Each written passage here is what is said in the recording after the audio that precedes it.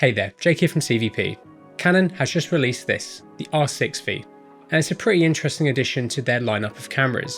It actually sits within their V line, which was started with the R50V back in 2025. It shares a lot with the R6 Mark III and the C50. So in this video, I want to talk about the differences between them and hopefully make it clearer which one may be best for you. But before we get into the video, all of the footage we've shot with the R6V, we've done so with a pre-production camera. So we haven't done full testing with it, and just bear in mind that things could change between this and a full production unit. The big thing that they all share that makes this comparison really interesting is the full frame 32.5 megapixel 7K sensor housed inside of them. It has an effective resolution of 6960 by 4640 and a size when recording of 35.9 by 23.9 millimeters, giving them a rough pixel pitch of 5.16 microns. However, the R6 Mark III and R6V used the Digic X processor instead of the V7 in the C50. This may translate into faster performance in some areas for these cameras. Putting the cameras all side by side in the same environment using the same settings, lens, and lighting, we can see that the C50 does look a little bit different. It looks a tiny bit less sharp than the other two, and colours are ever so slightly different. But these differences are pretty small, and they all look really good, and with some work in post, you could easily match them all together. They can all produce great looking images that we've been impressed with across the board during our time shooting with each of them. Even though they share the same sensor, the C50 is the only one to have an official dual base ISO of 800 and 6400 in RAW and C-Log2, with it shifting as you change what gamma you are shooting in. The R6 III and V don't feature a dual base ISO function, but if we go through the ISO range in RAW, we can see a step in noise reduction when we hit around 6400 ISO. They also have the same ISO range, which can be expanded up to 102,400. Though they do share quite a bit when it comes to photo burst performance, the R6 Mark III has the choice to switch between a physical mechanical shutter and an electronic one, whereas the R6V and C50 do not have mechanical shutters. The sensor in these cameras has a readout speed of roughly 18 milliseconds, which does mean you will see a little bit of rolling shutter when using them in the electronic shutter mode, but only when you're panning and shooting fast. Using the mechanical shutter when shooting stills does have its benefits, and is another part of what makes the R6 III the go-to out of the three if you primarily shoot stills. When it comes to recording formats, the cameras do differ slightly. The R6 III and R6V are pretty much identical, whereas the C50 may look quite similar, but its options are quite different. On the R6V and III, you can record in a mix of different formats and codecs depending on what you need.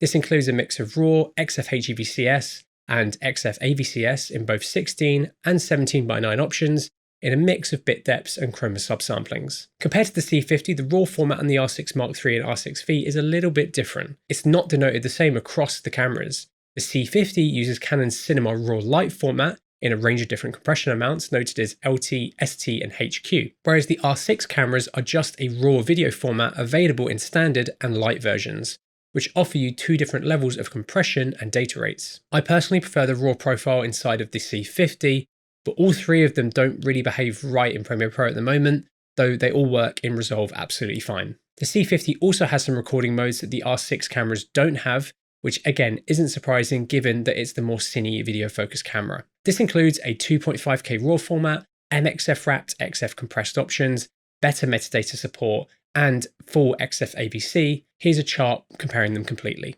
They all have the ability to record in full frame 3x2 open gate in RAW and XF HEVCS, which is great and personally an option I find quite useful. They also have the ability to overlay two aspect ratio markers simultaneously, which will make framing for two different delivery formats much nicer when shooting in open gate. I've used this a bunch on the C50 and R6 III already. I'm actually using it right now to film this piece to camera on my C50. They all have crop modes where you can crop into an APS-C or Super 35 portion of the image, but the C50 also has the option to crop into a Super 16 mode, which could be helpful for some people. All three cameras also have options to choose between line skipped and oversampled 4K, with the latter being labelled as fine in the menu in the R6 III and R6V. Here are the formats in the C50 that are downsampling as well. This will provide you with a much nicer compressed 4K image, but it does limit the maximum frame rates. Looking at the camera's frame rate options, they are quite similar.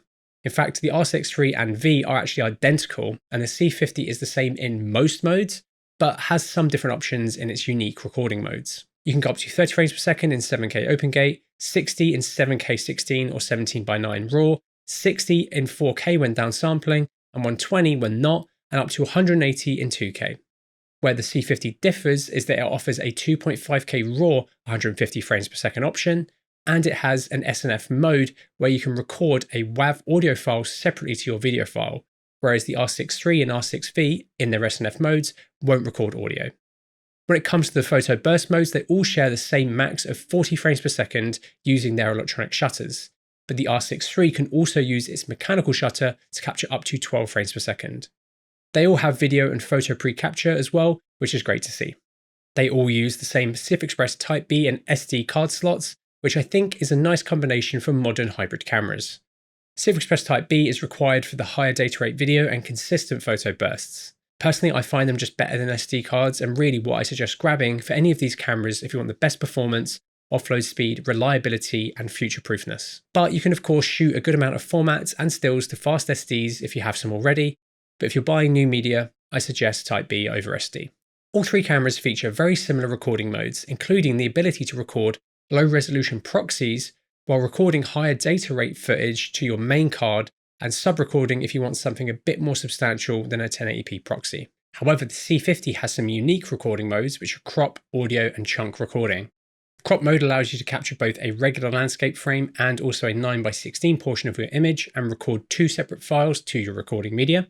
Chunk mode allows you to record regularly onto one card, and then onto your second card it will record smaller chunks of your video file one at a time, which you can define the length of in the menu between 30 seconds, 1 and 2 minutes. And audio, which records a separate audio track to your secondary card. These modes could be very helpful depending on the kind of productions you need the C50 to slide into. One thing the R6 cameras have though is a movie self-timer, which the C50 doesn't. If you're recording yourself talking to a camera like I am now, this could be quite helpful. Both the R6 Mark III and V feature in-body sensor stabilization, but the R6 III's is rated up to 8.5 stops, whereas the R6 V is rated to be slightly less powerful at 7.5 stops with a compatible lens. This is one thing missing from the C50, as it doesn't have any sensor stabilization, but it does have digital IS, which the other cameras also have. Of course, there are reasons why you want a lockdown sensor like in the C50, such as for car mounting and predictable handheld. It's obviously pretty common for cinema-style cameras to have no sensor stabilization, so I get why Canon have never included it on any of their Cinema EOS cameras. But I think for cameras this small being used for video handheld, which they will be primarily, a solid internal stabilization system is important. And it's great that the R6V has stabilization, as I think it's a crucial part of cameras in this market. Comparing the R6V to the R6 III, we can see that the R6 III does a slightly better job at stabilizing our shot than the R6V. But from our other tests using the R6V, it does do a good job of smoothing movement out.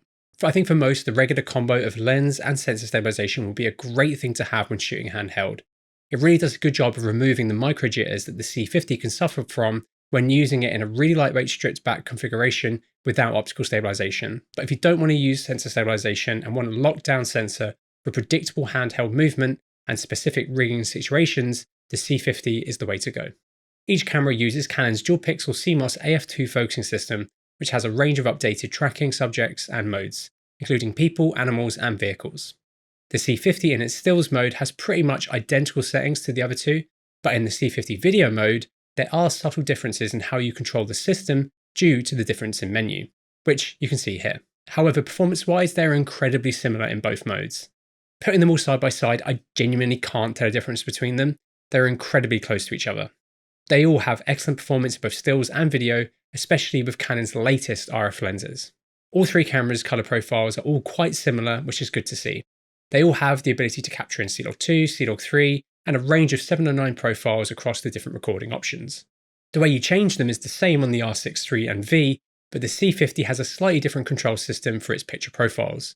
All three cameras also have the ability to load in custom LUTs, which is incredibly useful. You can do this in the same place on each camera, which is in the custom picture profile of your choice, under the look file setup. You can also create and store custom profiles, which you can save for your different LUTs, which is a nice way to have multiple looks saved in camera. Looking at the cameras side by side, I think the C50 does look a little bit different, but they are incredibly close across the board. And with a little bit of tweaking in post, they can easily be matched. How these cameras white balance is also a little different. The C50 has a nicely positioned button that allows you to quickly white balance on the fly, but this isn't selecting a certain portion of your image, it's the whole image.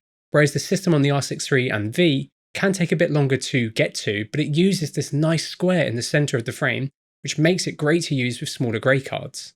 This is a much better system than found in Canon's older stills focus cameras for custom white balance, and I would actually like to see them bring this type of smaller evaluative area to the Cinema EOS cameras. Another small difference between them is that the C50 has a black balance function, whereas the R6 III and R6V do not. This is a very video and cine-focused feature, and it's great for making sure you're getting the best image out of your camera as possible. Black balancing allows your camera to recalibrate its true black point, which you may need to do in a range of different circumstances. This can help improve noise in your image, and is something I wish the Canon Stills menu system had as well. If you want to keep up with the latest and greatest kit, please subscribe to the channel if you haven't already. And if you want to buy anything you see in this video, head over to c50.com where our experienced team is waiting to help you. Physically, we can see that they share similar design DNA to each other, but they are also distinctly different. The R6 III is the most compact out of the bunch, and the C50 is the largest, with the R6V kind of sitting in between. However, the R6V is actually the lightest out of the three, and in the hand, it really is surprisingly lightweight. All three of them feel different in the hand as their grips and overall design are quite different. They all feel nice with substantial enough grip and quite similar weights. With the R6V being the lowest cost one out of the bunch, you can feel that with some of the materials they've used. It doesn't feel quite as premium as the other two cameras. For example, the card door, which is much lighter and clackier compared to the other two. The layouts are very different between these cameras, but the R6 III is definitely the outlier. It's clearly a photography first camera, but it's still good at shooting video as well. It has a button layout that will be good for photographers used to Canon's layouts, and of course it has a viewfinder, whereas the other two don't. Loads of video focus cameras now don't have viewfinders, but I think they are still incredibly useful for run and gun filmmakers filming in unpredictable lighting conditions. And I would love to see Canon, or any other brand for that matter, make optional ones for these size cameras, similar to what Fuji offer for the GFX100 II. The overall physical design and viewfinder could be a deal breaker, and if you want this more traditionally designed photo camera, the R6 III is the obvious choice. The R6V and C50 are much more what you expect in design for a video focused camera, partly because of their layouts and default button settings are tweaked for video use. Another small difference between them is the scroll wheel at the back. On the R6 III and C50, they are just simple, decent feeling scroll wheels. However, the R6V's is not only a scroll wheel, it's also a D-pad, which I think is a really nice design. You can assign what functions you want here in the menu, and it adds loads of additional control and customization to your camera. This is great, and it would have been good to have seen this on the R6 III and C50 as well. The R6V and R6 III both feature a regular mode dial you'd expect to see on a EOS R system, whereas the C50 uses a button and its rear dial instead to navigate the different modes. This is a small detail that doesn't make a huge difference in usability. Both the C50 and the R6V have a nice zoom lever on the shutter button, which can be used to both navigate the camera menu, but also with Canon's powered zoom lenses, which is especially nice with their new 20-50mm f4PZ lens that was announced with the R6V. In the menu systems of these cameras, you can control how the zoom behaves as well. The R6 III doesn't have a way to control these on its body. Another big difference around the cameras is the different mounting points. The R6 III is your standard mirrorless camera, so it doesn't have any mounting points on it apart from a single 1/4" thread on the bottom. This is the same on the R6V, but that also has an additional 1/4" thread on the right hand side of the camera for if you want to shoot with the camera vertically or just rig it differently. The C50 has a 1/4" on the bottom, but also has the locating pin, so you can attach a tripod without a cage with a single screw and a locating pin and not have it spin. The other two cameras will need some kind of rigging solution to solve this issue. It also has two more mounting points on the top, one on the left and one on the right. These could be helpful for mounting accessories, though they don't have locating pins, so some accessories may spin in these, just be careful. I think if you want to add accessories to any of these, I would suggest grabbing a cage, which we can help you choose. Just get in contact with our online care team. They all use Canon's LPE6 style batteries, and come with their latest one, the LPE6P. All three cameras can use the previous versions of Canon's LPE6 style battery, but the P variant will give you the full feature sets of these cameras, and the NH's backwards will give you limitations, which we have listed here. Battery life wise, they're all pretty similar honestly, in both photo and video. In video mode, they all last around an hour to an hour and a half, depending on what settings you have dialed in. They can also all be powered via dummy LP6 battery solutions, and even via the USB-C ports on each camera. All three cameras share a very similar set of inputs and outputs. This includes a full-size HDMI port, USB-C, 3.5mm mic input, 3.5mm headphone output, and a 2.5mm remote port. The USB-C can be used for a mix of things like power, control, and streaming. The C50 also has a DIMM port which can be used for timecode, which for more professional video or cine shooters could be very useful. I also prefer the covers on the C50 as well, as you can pull them out and reattach them, and there are more individual covers for each connector, which is good as well. As we've just said, all three cameras have a nice full-size HDMI port, but the C50's behaves differently to the other two. On the R6 III and R6 V, when you delve into the menu, you have three different modes to choose from. You have the ability to only output via the HDMI, which blacks out the rear LCD completely. You can then choose between outputting to both the rear LCD and HDMI, but you can choose whether you want the deeper menu system to be displayed on the LCD or via the HDMI. If you choose the menu systems to stay on the rear LCD, you will lose the signal to the HDMI when you go into the menu. With the C50, you can really customize what feeds out onto the monitor, while also keeping the rear LCD on and fully usable. This is a much better way of handling it and means you have far less restrictions when setting up your rig with an external monitor. One thing worth noting is that the C50 can't output RAW like the R6V and III can to external Atomos monitor recorders, or be used with their Canon control function, which works really nicely on the R6 III. All three cameras can capture up to 4 channels of audio, but one big difference the C50 has is the included XLR top handle. The top handle that is included with the C50 is excellent. This handle has an XLR audio module attached to it, as well as a range of different physical controls for different audio parameters and camera controls. It interfaces via the multifunction shoe and screws down on top of the camera, and it feels really solid. It's not only great for the audio benefits, but it also improves the camera's handling. I wish this worked on Canon's other Cinema EOS cameras as well, as it's a great top handle, but it's one of the biggest pros of the C50, so I can understand why Canon has limited its compatibility. You can get XLR into both of the R6 cameras via the multi-shoot if you use something like the Tascam XLR unit for Canon's cameras, but this is nowhere near as nice as the XLR top handle on the C50. And as we mentioned earlier, they all have headphone outputs and 3.5mm mic inputs on the side.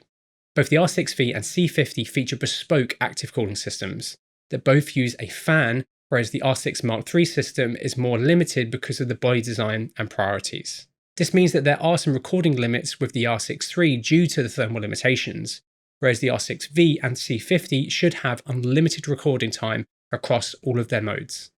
From the limited testing with the new R6V and the C50, we haven't run into any issues when using them all day, whereas with the R6 III, we have had the overheating warning pop up a couple of times.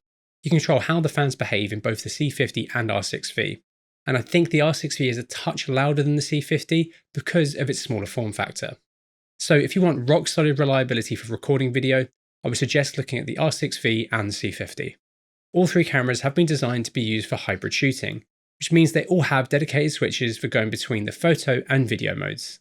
Both the R6 III and V switch instantly as they aren't switching between different operating systems, whereas the C50 takes more time as it's got to load between 2 different menu systems. I think if you're shooting in a lot of run and gun fast-paced environments, the instant switch of the R6 cameras could help you get the shot faster if you're going between video and photo. The R6V switch is quite different to the other two, but they are all decent to use. Canon have done a good job of optimizing the switch between the Cinema EOS menu system and the regular EOS R1, but of course the C50 having the Cinema EOS and regular EOS R menu system does make it incredibly feature rich in comparison when it comes to video.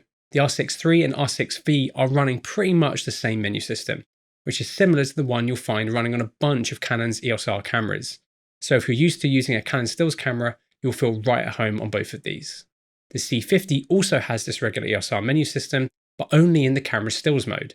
When you switch to video, the camera will load into the Cinema EOS menu system, which is much more tailored for shooting video. It has loads more professionally orientated features in there compared to the regular EOS R menu. This will be great for more experienced and professionally orientated cine and video shooters, but for newer creators, the R series menu might be easier to navigate and use. It's just not quite as powerful for video or cine workflows. Personally, I find the Cinema EOS menu system really nice to use for video, but that's probably because I am more used to it when shooting video than the EOS R one. The monitoring layout in the camera's video modes is slightly different. The R6 III and V are pretty similar, But compared to the C50, what you see and how you control it is a little bit different, but they are both very good. All three cameras have a quick access menu, but the R6V features a third style that the R6 III and C50 don't. This brings up some of the key shooting settings you may need quick access to down the right hand side of the monitor, and it's really nice. The cameras each handle rotation of the user interface a little bit differently as well. The R6 III's UI doesn't rotate at all, it just stays locked. With the R6V in the camera's video mode, you can toggle whether or not the camera's shooting UI rotates as you change the camera's orientation. You can't toggle this in the photo menu system though. The C50 can also have its UI rotated, which is good as well. Going through the C50 stills menu compared to the R6 III, we can see it doesn't have the multiple exposure mode, which could be helpful for some photographers. The C50 also doesn't have the same level of beginner video modes that the R6 III and R6V have, which does make them better for people newer to shooting video. But that's not too surprising given the C50's target end user compared to the other two. All three cameras share a lot of key exposure tools. This includes false color, waveform, histogram, and zebras. They are all decently customizable, but the C50 definitely has the most flexibility when it comes to position and output over HDMI. It's great though that you've still got really good options in the R6 cameras. All three of these cameras have good connectivity. They can be connected via Bluetooth and Wi-Fi and be used with a range of Canon's apps and XC protocol. However, the C50 has more video-focused workflow features inside, like Frame.io integration, which could be a really great solution for some productions. They all have UVC and UAC support via the USB-C ports, however they are all slightly different spec-wise. I think the R6V having the highest output here makes sense. It's the newest camera and more tailored to solo creators who might want to use it as a webcam for a live stream or something without the need for a separate HDMI capture device. All three cameras feature Canon's latest multifunction shoe, but they each handle using flashes a little bit differently as well. The R6 Mark III is fully compatible with Canon's flashes and triggers, but the C50 isn't. The R6V at launch won't work, but Canon do have a firmware planned to bring it in line compatibility-wise to the R6 III. This is good and will make the R6V an even better hybrid camera. Canon couldn't tell us what the flash sync speed was for the R6V just yet, but given it's electronic shutter only, it will probably differ from the R6 III. The pricing of the cameras is another point where they differ quite a bit. The R6V is the most affordable, costing £2,399 including VAT here in the UK. The R6 III is £2,799 and the C50 is £3,299. So there's a clear bit of cash between them all. And I think given how they stack up, the pricing does make sense. The R6 III costs more than the V because it has a physical shutter, viewfinder, and better build quality. The C50 costs the most as it's packed full of premium cine features and comes with the excellent XLR top handle, which would probably be quite pricey if it was available separately. What do you think of the pricing? Let us know down below. Personally, I think Canon has done a decent job of offering three similar, but still pretty distinctly different cameras. The R6 III is the easiest to separate out as it's a photography-first camera with really good video capabilities. So if you shoot more photos than video or really need a viewfinder, I think the R6 III will be the obvious choice. However, if you are more video focused, I think the lines begin to blur and the choice becomes a little bit harder. I think there are loads of people who are going to be torn between the R6V and the C50 because they are both fantastic for shooting video, and if you focus on just the image quality you can get out of them, they're incredibly close to each other. However, they are still very different cameras. The Cinema EOS series still has distinct differences to the regular EOS series, which we've detailed in this video. The C50 is clearly the more professional orientated camera that will slide into more professional workflows and productions than the R6V will. But for solo creators, the R6V offers a lot for its price and has the added benefit of IBIS. Hopefully this video has been helpful for you to understand the differences between these cameras.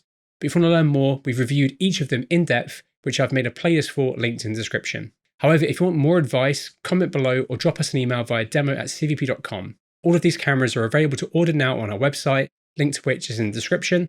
But if you want to check any of them out for yourself before pulling the trigger, please reach out to our fantastic demo team to arrange a demo in one of our UK or European showrooms. Anyway, let us know which camera you would choose down in the comments. And if you'd like the video, please give it a like and maybe consider subscribing so you don't miss out on our awesome upcoming content. And thank you so much for watching.